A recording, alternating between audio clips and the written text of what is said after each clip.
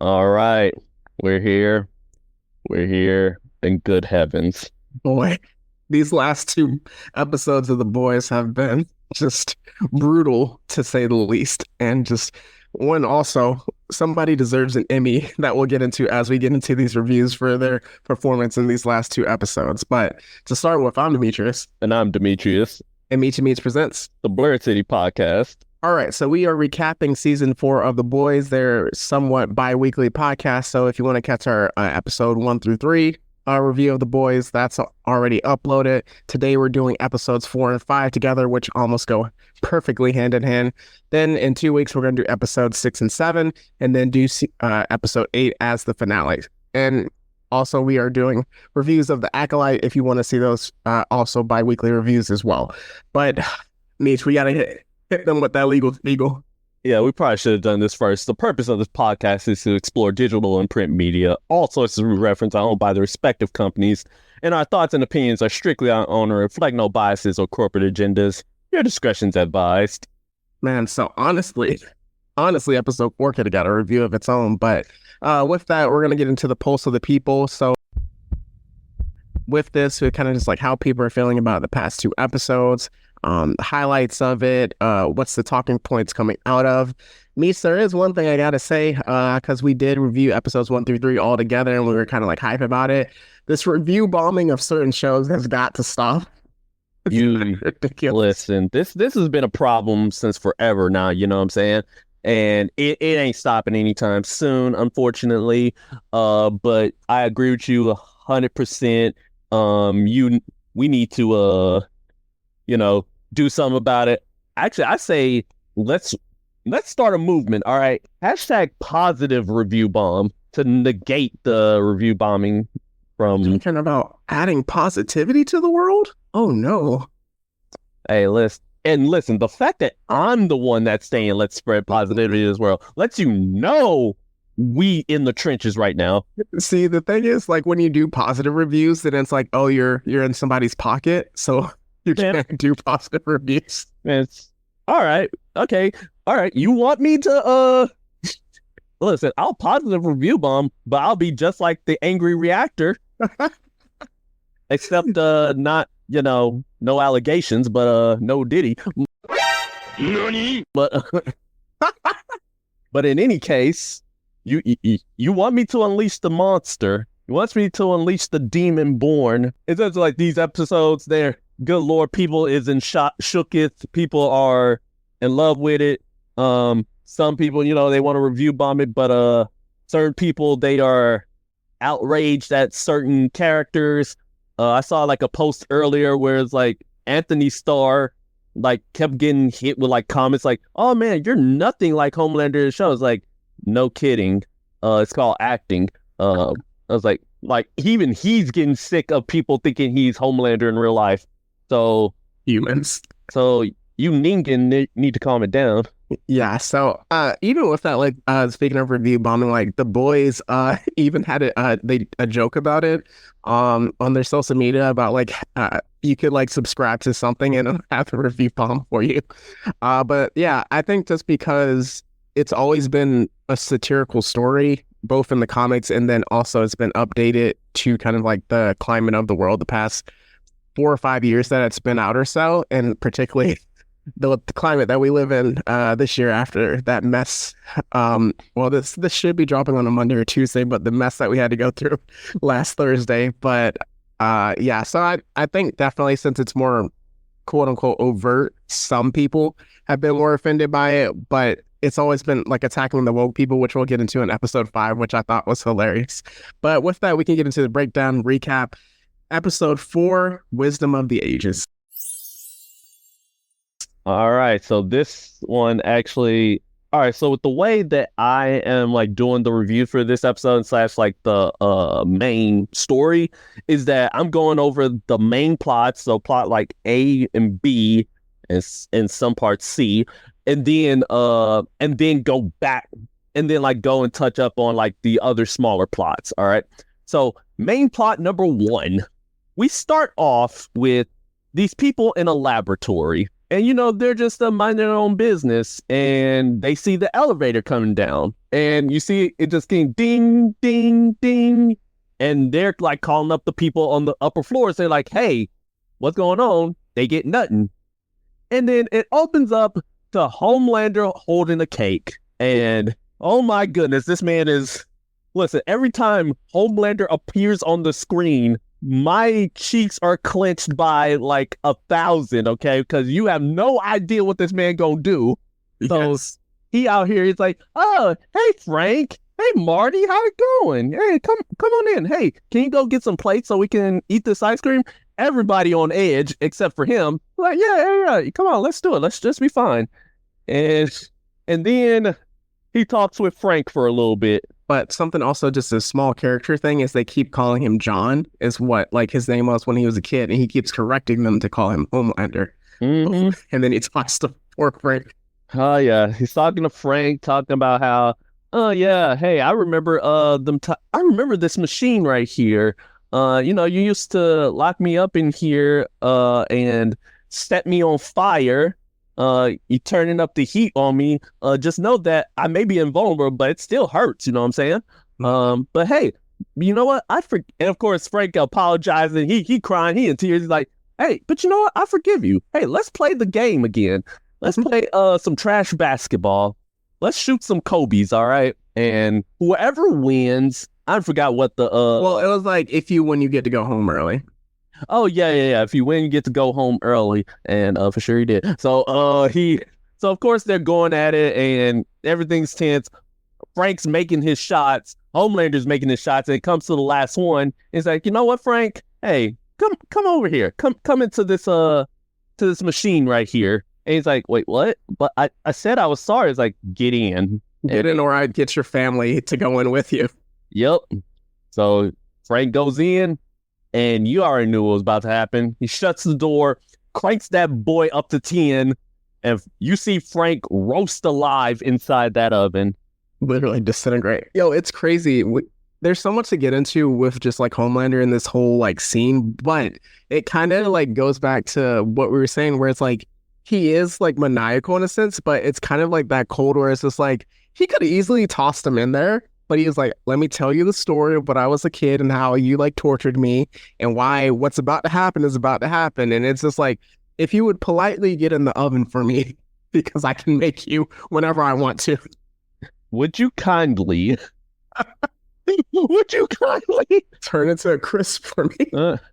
Well, nah, but in my opinion, he got off light. Yeah, I guess. he got off light in comparison to what happens with Marty. Lord, So Marty, right? He comes over him, and they stand in front of the red door. And always come back to Immortal Hulk, okay? we talked about these doors, man. It's always come back to the red door. They stand in front. It's like, "Oh yeah, I remember. I lived in here. And I remember, like, you gave me this nickname, and you called me Squirt. Do you remember why you called me Squirt?" And it's like, "No, no, I don't." And at first, you think like, okay, it's probably because he was short, because earlier they showed like tally marks for his height. And also, yeah, like Squirt. We've heard people call it Squirt before for like you mentioned, shorter people or for kids. Nah, that ain't what it is at all. So it turns out Marty, he ran surveillance, right? And while John was in the red room, he's a boy, and he has urges and desires, so he could relieve himself, if you will. And one day Marty caught him in the act and called him Squirt ever since. Ooh. Well, of course Marty apologizing. Everything's like, "Hey, I'm so sorry. I'm so sorry." It's like, "Oh yeah, it's fine. It's fine. You know what? Hey, stand right there, and I'm gonna go grab a chair. And hey guys, come over here. All right, Marty, drop your pants and relieve yourself." So get to it. Get to it right then and there.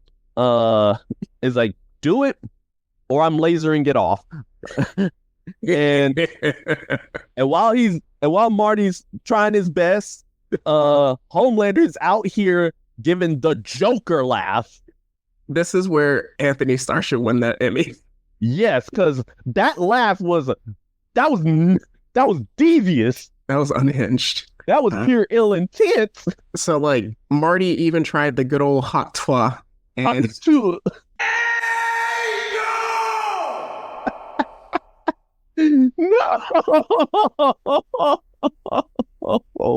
but even that didn't work. So his he didn't find relief, and Homelander was like, "Oh, it's okay, it's okay." And then it just like freezes. Yeah, and then he gets a lasered. Oh, I thought, yeah, he just got all of it lasered off. So then all of a sudden you hear as the people in the background are gasping and horrified, and Marty is screaming and vomiting. Yeah. Yes, and Marty is screaming in horror, and every guy watching this show is in pain as well. The elevator dings again, and I believe the director's name is Barbara, right? Yep. So Barbara, who was apparently the head of kind of like the lab at the time when Homelander was a kid, she comes in and she's like, she has that boss energy, which is really cool, where it's like, just stop this, John. He's like, again, Homelander. So with that, she's like, yo, just put this man out his misery. Then he's like, come here. Remember this red door? Because like the entire time he's talking around it, but he never truly like opens it and goes into it. So then when she comes, he talks about, yo, this room is a bad room. And she's like, no, it's just a room. But essentially, since they knew that Homelander was so powerful ever since a kid, they had it planted where, like psychologists, where he had a need for love. Because they're like, hey, you can escape at any point in time. But because we feed you this need for love, you're kind of addicted. You're not going to be able to escape on your own because it would disappoint us, and you don't want that, which is essentially into episode 3, kind of like when he had that split up moment where it's like, hey, you need to get rid of your need for love. Oh boy. So with that, he's like, hey, let me teach you something. So this is happening over the course of the episode, but by the time we reach the end of the episode, since we're staying on like subplots of the story, all you see is that the room is just covered in complete blood. Barbara is not dead, but she is shooketh and now traumatized for life. And Homelander has the look from the trailer where he's completely covered in blood. You see nobody else in the lab. So all the interns, the security, the people that were on the graveyard shift are now dead. You can see limbs and other stuff dropping from the walls. And he just has that sick smile as the door closes. And I don't know. Did you catch the detail about the bodies in the room? What happened? How all of them have no like scorch marks at all. Which God, that yeah. So he didn't laser any of those bodies. Yes. So 2 guesses as to what he did with them, but yeah. So it's crazy because this episode, it makes you want to feel for Homelander, or at least in a sense make you understand why he became the monster that he is today. Nope, can't do it. Nah, I don't care. But now let's go into the Hughie side plot. Do you think that's the biggest one next, or would it be the other one? What, the Starlight subplot? Well, there's a lot to it. Let's get into the Hughie one then, because it's lighter. All right. So with that one, Hughie and his mom are in the hospital, and Hugh Sr., like, he's pretty much brain dead. So Daphne, his mom, is like, we might take him off life support. And Hughie, he big mad about it, like he's hugely upset.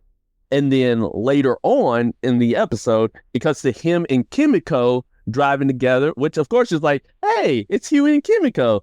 Like, you don't really see them two like interact too much because it's always Kimiko and Frenchie. Now we get the boy Hughie and her. So they're like, they meeting out in the middle of nowhere, and it turns out he's like, hey, I got like a contact here. I basically just need you for muscle. And she's like, all right, who is it? And it's A-Train. This man then sped on in because he's like, hold on, I thought you were the black man with the chains. I'm like, yeah, of course it'd be MM that you would come out for, because you know we are our own peoples. And they're still beefing at this time, I believe. Yeah, so Hughie and A-Train, you know, they still got beef, and essentially he's like, hey, I need you to go raid Homelander's compound. Give me some Compound V. And of course, Kimiko's like, what the heck? Well, of course, she doesn't say nothing, but you see it on her face like, what the heck? And then A-Train's like, why in the world would I help you? And Hughie goes like, because everything that happened started when you killed someone I love. Mm-hmm. Now it's up to you to save someone who I care about. And I'm just like, dang. It's like, okay, if you do this for me, squashing all the beef, no more favors, nothing. We swear, no, slate clean. It's like, I bet. Boom. And then as that's happening, you see a scope that you see a Draco with the scope out here looking at our boys. And we're just like, wait, whoa, what's about to happen? And of course, they have Stormtrooper aim. Yes. Nothing hit their mark, even though those fools were standing completely still. And of course, they're attacked by Shining Light, aka the children traffickers that took Kimiko. And of course, Kimiko's friend was there. Well, former friend, the scarred one, the scarred queen. Which I don't know if she's a fraud yet, but yeah. So essentially, Hughie gets his ankle messed up. I don't know how, but yeah, I think he hit it against something and then it twisted. Well, he hit it against one of them forklifts. At first, I thought he broke it, but I'm like, bro, if you don't get your behind back up. But he got active. I'll give him that. Oh, yeah, because Kimiko basically told him, like, hey, if you want that Compound V, you're going to have to fight for it. You're going to fight for your life. And she taught him how to kill. And this man got active. He sliced and next. Of course, Kimiko, she got blown in half, regenerated just fine, and continued the beef. Of course, they escaped. They got out of there. And then we cut over to what A-Train was doing. Ooh, okay, so A-Train pops up in Homelander's house, looking for the Compound V. So we see the kind of the gray hair. It's like Homelander keeps in a bottle. We also saw the milk, the curated milk. And then once he finds the compound, we see Ashley coming out down the stairs, and we're like, "Ooh, why are you here?" At first, I thought it would be Ryan, but so it's Ashley that comes down, and we're like, "Oh, both of y'all are not supposed to be here." So she's like, "Okay, I see you. So you're in trouble." And he's like, "Hold up, let me do something real quick." So she took a deuce in Homelander's face, golden toilet, which is insane. He would literally rip both of them apart. In my notes, I put R.I.P. A-Train and Ashley. So in episode 5, we will also say why R.I.P. to them as well. But essentially, they make a deal where it's like, hey, because they're kind of getting, well, one, Ashley is getting pushed out now that Sister Sage is there. And then also A-Train is just having a change of heart, like we mentioned in the last episode. So with that, he gets the Compound V. returns, gave it to Hughie. They squash the beef. Butcher sees that kind of interaction and he's like, hey, you know the dangers of messing with V better than anybody. Why are you doing this? You shouldn't. And then like also Butcher has his own storyline, but that's kind of ties in with the Starlight, which we'll get to. So essentially Hughie returns to the hospital, debates whether to give it to his dad or not. And do you want to talk about the theory that you mentioned with his mom now or not? Oh, yeah, because it's pretty much debunked at this point per episode 5. So essentially, my whole theory was that, like, okay, we know that Butcher was seeing his dead wife partially because the temp V messed with his brain. And I thought that, like, Hughie was seeing his mom because he had taken the temp V as well.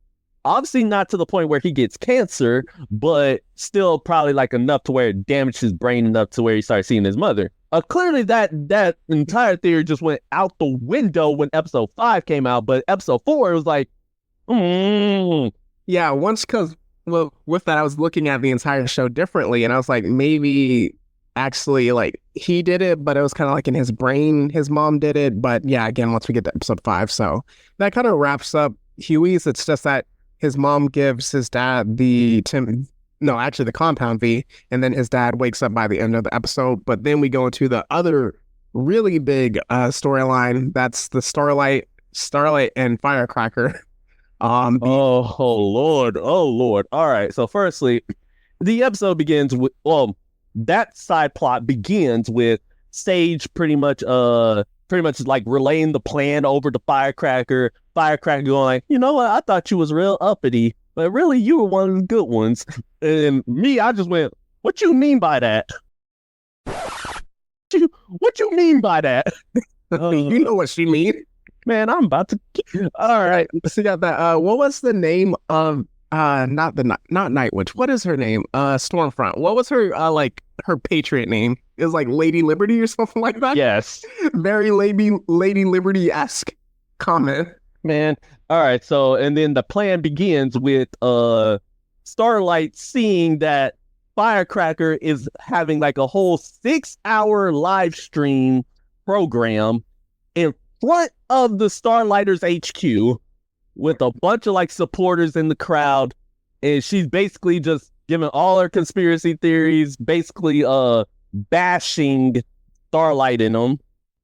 And then of course she brings in Ezekiel, who, if you remember from season 1, was the Christian pastor who was great friends with Starlight, but not anymore because he's joining in on the bash and straight up calling her the devil, with straight conspiracy theory-esque like leaps in logic. Yo, when he was talking about all those sixes, I was like, this is how I sound when I'm talking about the orcs.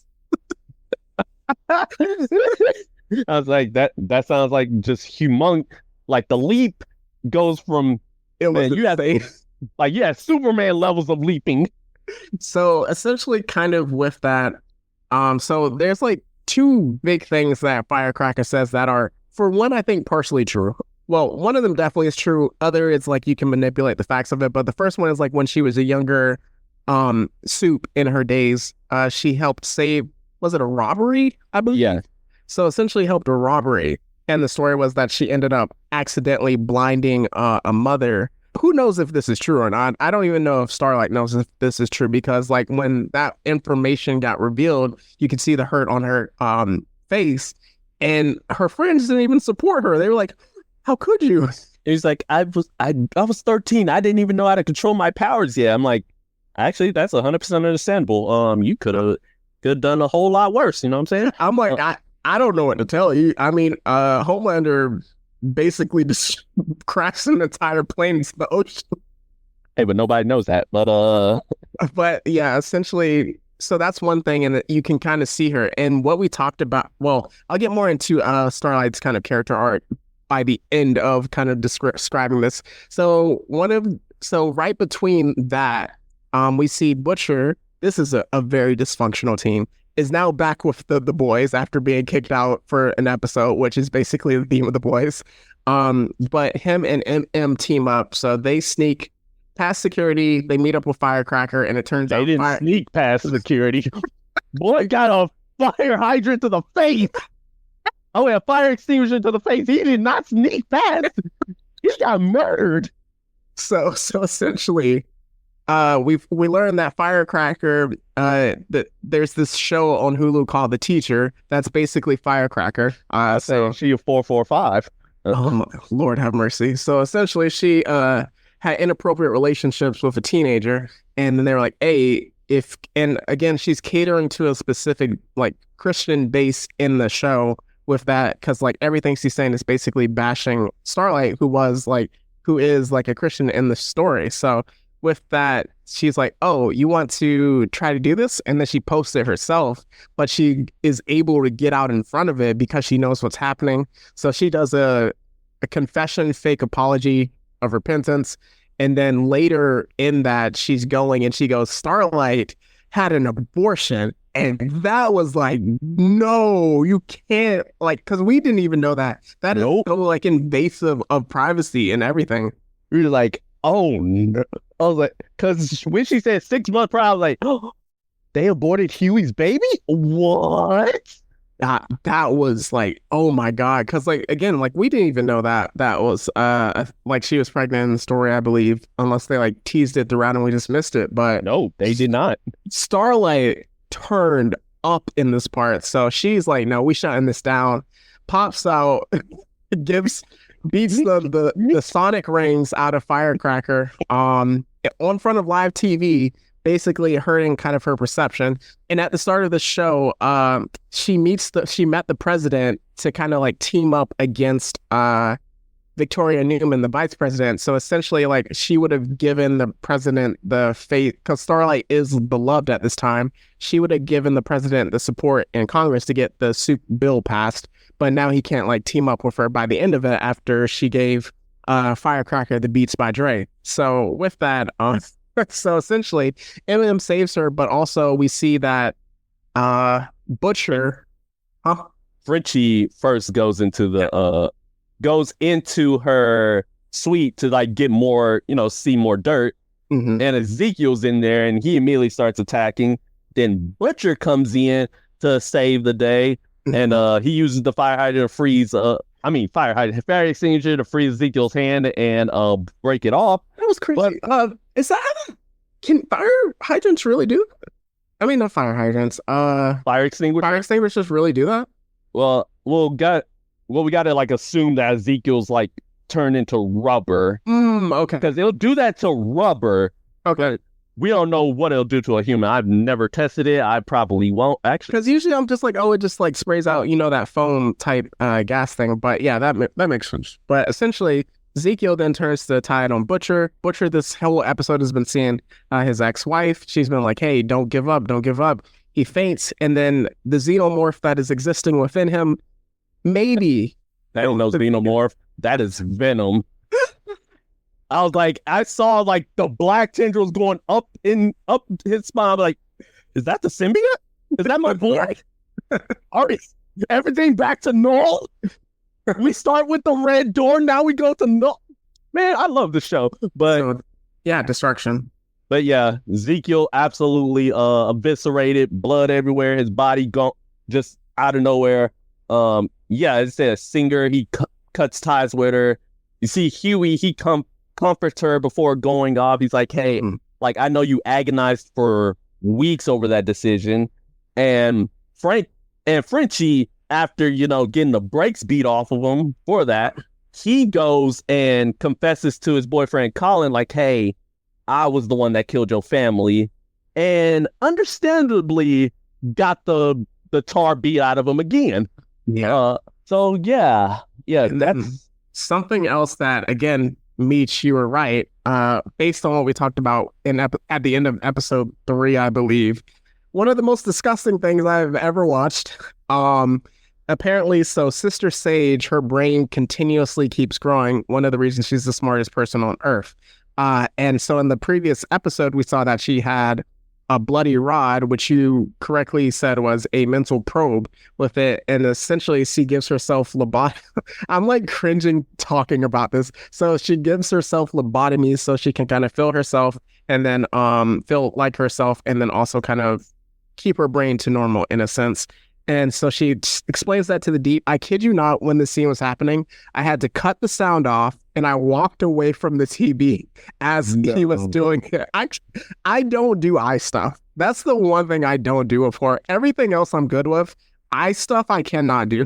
It's crazy. If you look right here, hold on, let me stop. But yeah, he gives her lobotomy and then they get it on. But yeah, that's all the main plot. That's in wraps up episode 4. So with that, what I want to talk about was we see the unwrapping of Annie as a character. Something we mentioned in the last episode where it's like Annie is like one of the soul. Annie and Hughie are like one of the soul good things entering the boys' universe. Like they're the purity within it, and we see as they get corrupted. So Annie, most of the time, the badness or the darkness that happens to her. But this season is one of the first ones where we see she, like, again, has it within her, and that's being exposed. So, like, for end of episode 3, I believe, when we find out, when she was on the pageant circuit, she spread rumors about Firecracker. So that's one where we're like, even though she kind of blamed her mom, that's you, Annie, that's on you. And then even in this one, other things aside, we just see that she doesn't view herself as that pure sense. And then even at the start of the episode, she lies to Butcher because Butcher is like, Firecracker hates you for a very specific reason. And she's like, oh, I don't know what it is. She's just making it up, which we now know. So, yeah. Yeah, and even Butcher's like, oh, no, I ain't buying that at all. And, you know, if he's like, oh, no, if Annie got some dark secrets, then, you know, this show is scuffed. There's nothing left. There's no good left in this world. Yeah, which leads into episode 5, Beware the Jabberwock, my son. And with this, I think that according to your theory, I think Kessler/Negan is definitely a hallucination. But like Hughie's mom, because she interacted with a lot of other people, isn't. So with that, yeah. So is that where we start with him, or do we start with Starlight being down bad? Oh no, it starts with Hughie. Yeah, okay. All right, so let's start with the Hugh plot. So Hugh Senior, our good old pal Simon Pegg, aka Sean, he wakes up and he seems like normal, if not like a bit hungry. He's like, okay, hey, I'm back, you know, hey. And like him and his mom, they're interacting again. And Huey seeing this, of course, he goes straight to his mom. He's like, hey, why did you inject him? And he's like, because I thought you wanted to. and like just takes it as a blessing in disguise, basically. So yeah, it's like this is another chance to be a family, and you see like them having like happy times, you know, him like Hugh and his mom, like they're hitting it off, like, you know, being like really cool, and like to the point where she's like even apologizing, like, I'm sorry for leaving y'all. I'm sorry for like missing all of this as a family. And then like she goes out, and then Huey talks with his dad. Is like, so about this POA, and this is perhaps this. At first, I thought like, okay, like dang, that's deep. But I'm like, hold on, this is a lot deeper than we thought. Yes, because explain it. Yes, so essentially he explains that the reason he left his mom with the POA is that as a kid, he held say POA just for people that aren't attorneys. Power of attorney. Power of attorney. Like he's the reason why his mom got power of attorney over him than he does. So when Huey was a kid, he had a cat. Basically he had this cat, and the cat was very sick, and Senior and Dad, he was gonna have it put down, but Huey basically denied him of that. And because of that, the cat suffered even more. It was like kept vomiting, and then eventually it died in a very horrific fashion. Basically, it suffered. And essentially, Huey was like, but I was 9. But then he says like, but still, you have the tendency, like, I know you, and you don't change in this area. You have the tendency to hold on to things too tightly. And it's to the point that you have a hard time letting go of things, where I do not want to end up like the cat. I don't want to end up, the cat's name was Jar Jar. Yeah, okay. Because obviously, Mr. Binks. And yeah, I do not want to end up to where I'm suffering before I die. And I thought that was pretty deep too, because it was like, with the, where it's like, oh, even though we grow up, sometimes we're still that same kid, or that same like aspect of it, where it's like, oh, we think we've matured to this point of like a higher level, where it's at the same time, some of those qualities that we had when we were kids still follow us into adulthood, even despite our like better understanding of it. Yeah, and sometimes it even just morphs into like a slightly different form, to where it can become either like a tool to be used or something detrimental. When we get back to the Homelander storyline, but staying with Huey, we do see the first slip of Huey Sr. where his mom leaves, and then he asks, oh, where'd your mom go? And we have to remember, Huey Sr. was brain dead completely. So there's like a lot going on to now be fully awake and functioning. Just following that, we go later into it. All of a sudden, he's missing. His mom thought he was with him. He thought it was his mom. And then they look for him. Turns out he has a heart in his hand. I'm just Shaun of the Dead. I was like, at first, when that happened, I was like, oh Lord, it's Shaun of the Dead. No, my boy turned. well, we got to do a Shaun of the Dead movie.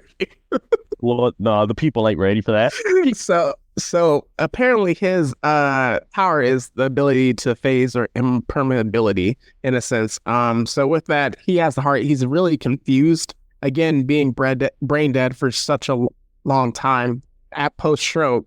So essentially, he forgets that essentially the time period that he's in. He thinks Hughie is 10 again, and then he sees his wife and is like, "Oh, it's on sight," because he's still holding on. Well, not holding on. He's in the mental state where he had that rage at his mom, who we learned he didn't want his mom around after she left. So he's coming to try to kill her.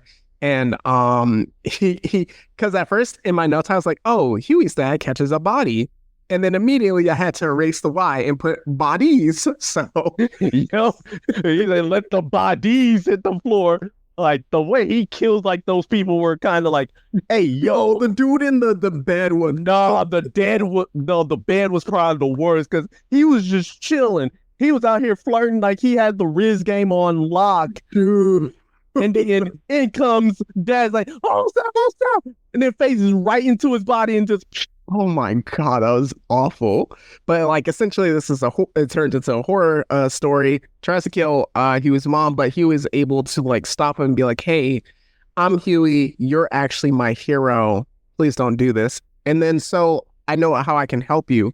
And when he was kind of essentially helping him, I thought, oh, he's just gonna remove the V from the system.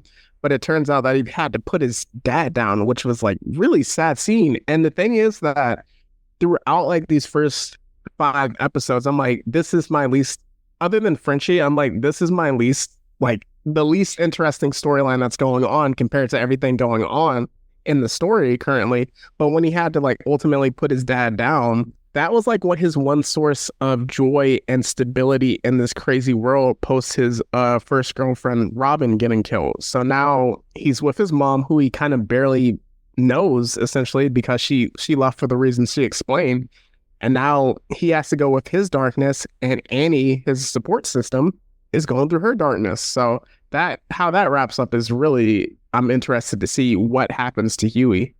yeah, it's like we don't know like if this is gonna be like again his downward spiral, or maybe like in the darkness that's when Hughie and Annie truly like find solace in each other, which is perhaps the good timeline. But seeing how it's the boys, we don't know. We also see Kimiko and Frenchie are going through the same thing, and they're not together. So yeah, and actually, you want to touch on this plot line or the Homelander plot? I'm gonna speed run through. It kind of runs together towards the end of it. So let's go Homelander plot. All right, yeah. So Homelander plot is that it's V52 Expo, totally not fan expo, where the 7 they're here, and turns out Firecracker, she got a Christian show. Oh wait, it was a movie, my bad. Where she's praying to Jesus, like, hey, let me be part of 7. I'm just like, if you don't get out of here, you cradle snatcher. And then it goes off, and like she's off screen now, and then she like talks with Sage. I'm like, she's like you saw that I was gonna get God. You set me up. And then Sage is like, man, you really smart there. You're not a victim anymore. Yeah, you don't have pretending to be a victim. Yeah, you don't have to pretend to be a victim anymore. It's like, man, if you weren't part of the 7, I'd snatch you up right here and right now. Mostly said more if you aren't, since you aren't Homelander's right hand person. Yeah, I was like, you know what you wanted to say.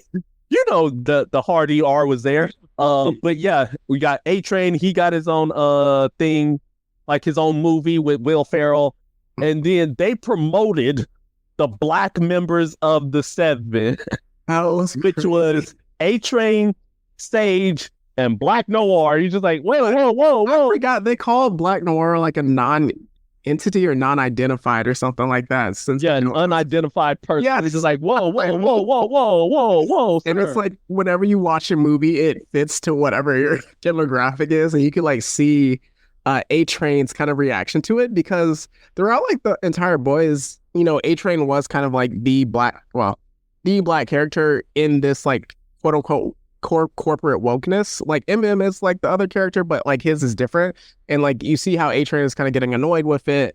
And then even I believe in the previous season how he was like, oh, I'm gonna try to change it. He had like the Juneteenth fit, and then ultimately killed was it Nighthawk? Is that his name? Oh no, it was not Nighthawk, but I forgot what his name was. The racist. Yeah, racism personified. So he took him out, and like he looks at Sister Sage, who is still like on him about like the missing tape, and she just looks at him with a smile. It's like at that point we're like, oh Lord, she knows. She knows it's you. Well, I think for that she's like she knows, and then like why she had him up there for the corporate thing is like, I'm gonna turn you into Uncle Tom. Essentially. No. So with that, we also see the DP's beefing with the quote unquote Fox News person. Cameron. Cameron. So he's beefing with him about him like being removed from his security position. Then also A-Train. This is why I'm also saying A-Train and Ashley are not long for this world. He's like, hey, what did you forward. Oh yeah, I was the cheater for it. No, not the cheater. I'm the turncoat. And then she's like, "Don't tell me this. Are you crazy?" It's like, now I'm an accomplice. It's like, no. You gotta get Sage off our backs. All right. We're locked in this together. Yep. I got you in here now. And remember, if I go down, I'm taking you with me. Yeah. Then we get to the crazy part. Oh yeah, actually a couple crazy parts. So firstly we see more connections with Gen V, as we got Tech Knight. He got his own reboot, and you see Tech Knight has never found a hole he doesn't want to fill. Oh my god. Why? And then you see Kate and Sam, those two, and they got a show now. But yeah, here we go. And then we got Cameron and Ashley, as you know, like they were together until this episode where Cameron breaks up with her because like, hey, I need a dommy mommy in a dommy position, and you ain't that. So peace. Doodles. And now we get to Homelander's plot. So Homelander and Ryan, they're like talking with the director like, hey, why don't we give you like your own show, homeboy? And he's like, please stop calling him that. I'm like, for the love of God. But yeah, and then he's like, but Homelander, after the massacre, after the massacre, he in a different state of mind. It's like, hey, Ryan, do you want to do this? It's like, no, not right now. It's like, what? You know what, director? Give him your wallet. Give him the keys to your Jaguar. Now, do you want to do it? It's like, yes. I thought he said no still. No, he said yes at that point. But yeah, so then they're walking together. It's like, hey, I realized that earlier I was basically I realized I was being manipulated my entire life, and I was doing the same thing to you. I was perpetuating the generational curse that is being manipulated, but no more. Whatever you want to do, it's up to you. No, this was crazy because he called himself a slave. And I was like, Homelander. I was like, Homelander, listen. Singing them hymnal. them old spirituals. Them old Negro spirituals, you know it by heart. Do you know the Black Anthem? All right. But yeah, then he cuts like, hey, Ryan, what do you want to do? He's like, I want to help people. Like actually help people. He's like, okay, you see that woman over there? Why don't you go help her? And basically like Homelander, he calls her and the director over. He's like, all right, son, go ahead, handle that. And he's like, are you okay? He's like, no, I feel uncomfortable with him. And then the director, of course, both of them, he's like looking at it in straight tears. He's like with a smile on his face. That's a smile of terror. He's like, like apologize to her. It's like, I'm sorry. It's like, you know what? I don't think he means it. It's like, all right, apologize. It's like, you know what? On your knees, boy. On your knees, boy. And he gets on his knees and is like begging. He said, I'm sorry. And then And then Homelander whispers something to Ryan's ears, like, and then Ryan starts giggling. He's like, you know what? Hey, lady, slap this man. And she gave him open palm, back palm, forward palm, Charlie Murphy. Gave him that Goku versus Frieza treatment, like, I'ma slap some sense to you. You're like, hey, and while the two of them, they just sipping on their boba. I'm like, hey, yo, that's crazy. So this is what I was talking about in our last review, where it's like the thing about Homelander, and then now as he's slowly corrupting Ryan, it's not necessarily that he tears you apart and that can laser beam you and kill you in horrendous ways. That's the scary part in how the character's portrayed. But it's like great horror movies where it's like the terror as it builds up is what's more important than necessarily the jump scare or the monster reveal. It's the sense of impending doom. And we see, like, even in episode 4, like with the elevator, and he walks in with the cake, and you're like, okay, everything is okay. We got to play it cool, or something bad will happen. And then even in this, where it's like, give him your wallet, give him your car keys, let her slap you, or what are you going to do? Like, if you refuse, you know what's going to happen. So it's kind of just like that impending doom, and why, like, with horror movies, Hereditary is one of my favorite horror movies, because it's about the sense of terror, knowing something bad is going to happen and you can't stop it, more than the bad thing happening. So that's, if he turns Ryan that way, oh my gosh. And especially since we lead into like the final scene with Homelander. Here we go. All right, so now Homelander, he gathered all of the 7 plus Kate and Sam, and they're just like, hey, I realized something. America is corrupt. I'm like, oh, really? You just now figuring that out? The government is corrupt. Oh, wow. You just now saying it out loud? Dang, that's crazy. And it's like, you know what? It's up to us, Soups, to save America, to save the world. We're going to go to war. And to go to war, we have to do things that are cruel, that are ruthless, and we need to become wrathful gods. I was like, okay. I was like, oh no, well, it's raps for A-Train right here. I thought that was the moment A-Train about to get taken out, because he said, like, you know what? Hey, I found the person who leaked. I thought it was over. We found the leak. We found the mole, and it cuts to A-Train. A-Train, like, he's getting bullets. I'm just getting bullets. And since the Sage was watching him, like, staring at him like a hawk. And then it's like, bring him in deep. I'm like, wait, what? Ooh. I'm like, oh, Lord, thank you. And then it brought the man down, and it was none other than Cameron. He said, like, yeah, it was all on his phone. He was the one that leaked everything. And then you just see out the corner just Ashley snickering. It's like, and then yeah, he gets the booth. He gets everything. Like, Cameron dead at this point, because the people's elbow. Yep, everybody got a piece of him except for A-Train. And then also a little bit of Sister Sage, because she's not really a fighter, but Homelander gives her a look, and I'm not sure if she was happy about it or she was scared. No, that was the look of no. She was looking at A-Train, but then like right after that, like Homelander looked at her of like kind of like, I don't know what that look was. That's the thing. That's the thing. We don't know. We do not know what that look was, which is terrifying. But yeah, that wraps up that side plot. So then with this was more of the B. I guess this was the C plot in a sense, but speed running through the boys' adventures. So essentially, they get a part. Butcher reveals he knows about the suit virus, and he gets the information from quote unquote Kessler, who may or may not be real at this point. So with that, he brings it to the boys. He's like, hey, we have to go get it. It's not potent enough to kill Homelander, so they get our boy Stan Edgar. And I was excited. The ghost has returned. I'm like, yes. So he gets the essentially a part of him, but he's like, yo, I know it's not my birthday. It's not a gift. I just love his energy. He perfectly embodies Stan Edgar, and it's like, hey, if you get us the virus, we're gonna let you out. He's like, no, because we kind of essentially need to control Victoria Newman. and Homelander, but then they tell him that she turned Zoe into a soup as well. So with that, he's free. They go to his essentially compound of living, and apparently it's been turned into not a farm. Well, it is a farm, but it's been turned into a lab in a sense. Yep.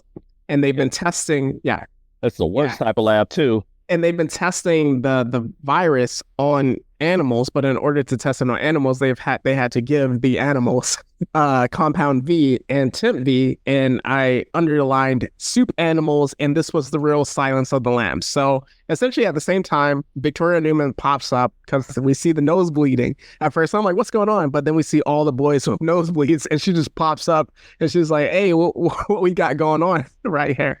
Yeah, so with that, she's like, oh, where's Samir, who we learn eventually is Zoe's dad. So if you, I don't know how in the world he bagged Newman. I don't know that. I don't know how.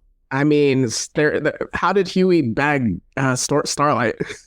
Easy, cause Hughie a good looking man. I'm not gonna hold you. But Samir, he looking like a whole sub. But I think you're biased because of the Mandalorian. Don't worry about all that. But in any case, yeah. So essentially, they're going out to look for him. They're getting attacked by rabid chickens. They getting attacked by a cow, lamb. They get attacked by the sheep.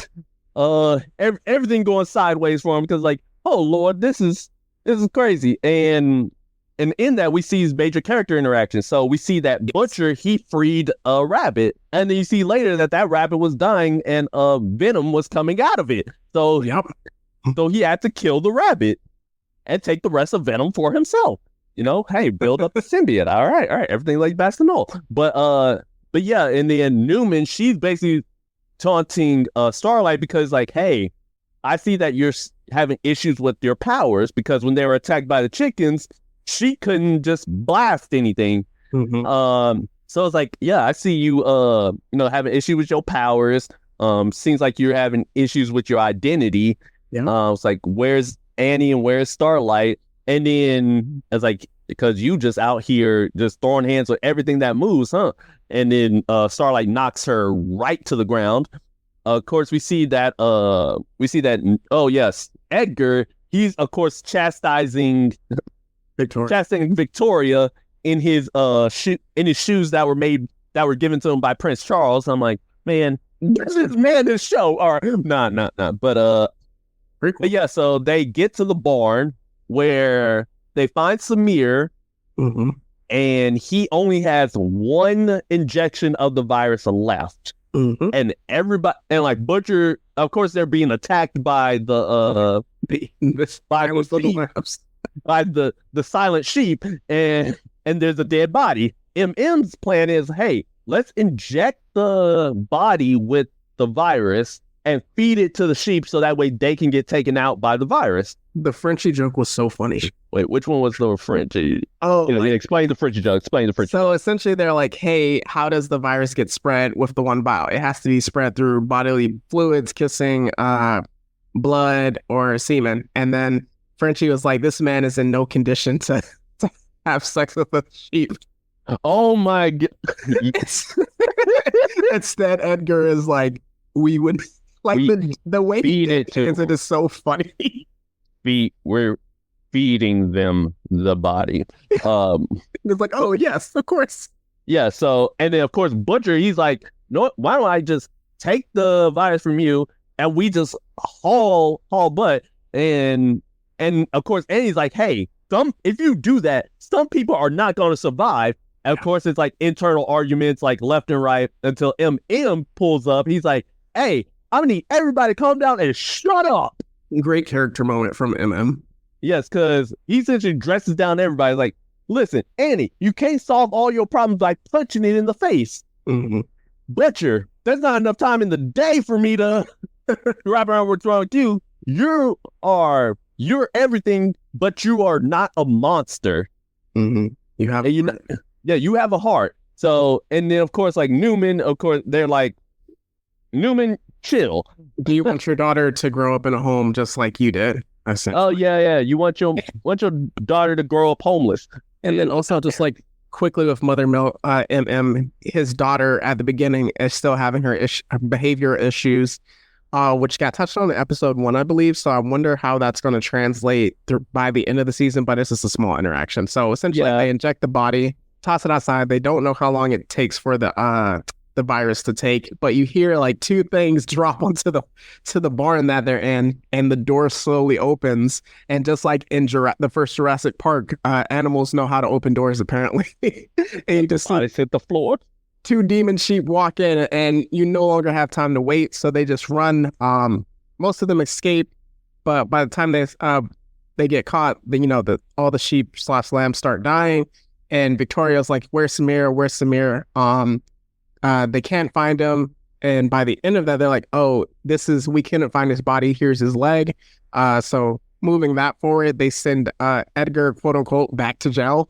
But then the head popper returns, and we see that Victoria, who I thought for a second would split his head, but essentially like she lost her support system in Samir, who she might eventually pop his head a bit, but I don't know. I can't trust Victoria at all, but she essentially rescues Stan Edgar. And then we see by the end of the episode, I might be missing one little thing, but we see that Butcher, along with Kessler, who again has not interacted with a single soul outside of Butcher, in any kind of, he has Samir tied up without a leg, full Walking Dead mode, and it's just like, hey, you're gonna make us some more of that virus. And so just kind of like wrapping up the episode, another character interaction. We see Frenchie. He found a cross at the beginning of the episode. He's struggling with his just like all the murders and all the evil that he's done. He has a good talk with Annie about penance in a sense. And then something that was really cool that I wrote down, a quote from Kimiko: "We can't solve each other's problems, but we can hold each other's hands," which was really deep. Yep. So she texts that to Frenchie, but he doesn't respond. So by the end of the episode of his arc, he turns himself in for multiple murders. So that's definitely interesting. And that's basically the end of that episode. Yep.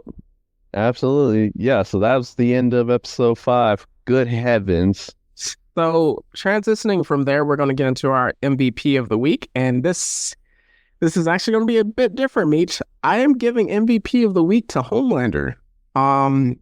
He heavily carried episode 4, and then the way he just like manipulated in episode 5. I know he's like permanent op of the week, but I have to say, like, he gave an Emmy-worthy performance, and just like he's really like, it's kind of like a Homelander show now in a sense. Like he's kind of taking the reins from Butcher. Nah, I can't. In good conscience, I can never give him MVP of the week, because this man's a smoke demon. All right, but in any case, I can give him permanent op of the week. He gonna stay there. But in terms of like who I think is actually like MVP of the week, I say MM. That's fair. Mostly because like, hey, he's the most level-headed one of everybody in the boys, and he's the only one who can like give a true speech to get them to stop acting selfish for like 2 seconds. Well, he's basically the only adult in the boys. Oh, that's crazy, but yeah, definitely. So yeah, I'm gonna have to give it to him. Also Black Power. So hey. All right, from there we transition into the big questions of the week. So a lot of mine are related to Homelander, but a few of them. What is this war that he's preparing for? Because I feel like in the first episode, he essentially dismissed Butcher. Just kind of like, oh, you're dying. How unfortunate. Moving on. And then also with that, Sister Sage is basically neutered Starlight in this season, because like Starlight's whole reputation is in the toilet right now, to the point where she's having performance issues. And then another question, how far will Ryan drop into depravity? So with that, we saw in the first few episodes how he was trying to mold him into be like essentially Homelander copycat. But now he's like, oh boy. Yeah, essentially like, oh, I want to save the world. How do you save the world? in a different way than what we think it is. How we saw how the dude got the slap challenge, the 5-finger challenge to his face. And then another one, yeah, point from the first week, just like the fear in it. And then is he cured, quote unquote, of his need for love, or at least in a sense, is he cured from kind of like his not obsession, but needing approval? Because now he's like, we're going to do it our own way. And the fact that he was like, we're not going to be like these Q rating people that need the approval of the public. We're going to be raffle gods. so those are my questions. Yeah. So my questions are, of course, like some various different obvious ones. Like, hey, what is Butcher's abilities now that he is taking Compound V? That's for one. Number two, with that Compound V in his system, did it really speed up his death clock, or did it actually pause it? Like, is he actually healed from it at all? Let's see, what else? Oh, wait. And another question that I have in regards to just, as you mentioned, like with the upcoming like war, if you will. I mean, I know what happens in the comics in terms of what that war is, but what is Sister Sage's motivations? Because she's been doing a lot of different like things behind the scenes that seem very in line with what Homelander wants. But at the same time, though, there are some other things where it shows that, like, hey, she's still completing her own agenda. Like, for example, with Firecracker, like, oh yeah, we're taking Starlight down a peg. But you know what? Hey, I'm going to take Firecracker down a peg or two as well while I'm at it. So it shows that she does have the capacity to like completely screw over members of the Seven, or in the case of the Deep, just, you know what? I'm not even going to go there. Yeah, No, I'm not even going to go there. But yeah, and then also with Starlight, will her arc of darkness lead her back to the light? Nightlight. Back to the light that is, and will Hughie's start of darkness again lead him to a place of redemption, or or to a place of straight calamity? And also, what is his mother's motivation? Because why in the world did they mention she works for Vought if that's not going to be put in play somewhere? Yeah. Whew. So with that, any big predictions for the next 2 weeks, or just like bigger picture view overall? Ooh, I mean, I feel like Homelander is about to get Homelander is gonna get real active. He's about to get... sorry. So he's not about to get active. He's about to get even more active. And then I see like again the whole A-Train situation, like you're going to see more of his, like, kind of change your heart and turn to the light. But now I think Sage is still going to be on his behind. Mm-hmm. And because of that, like, she's going to end up ratting him out.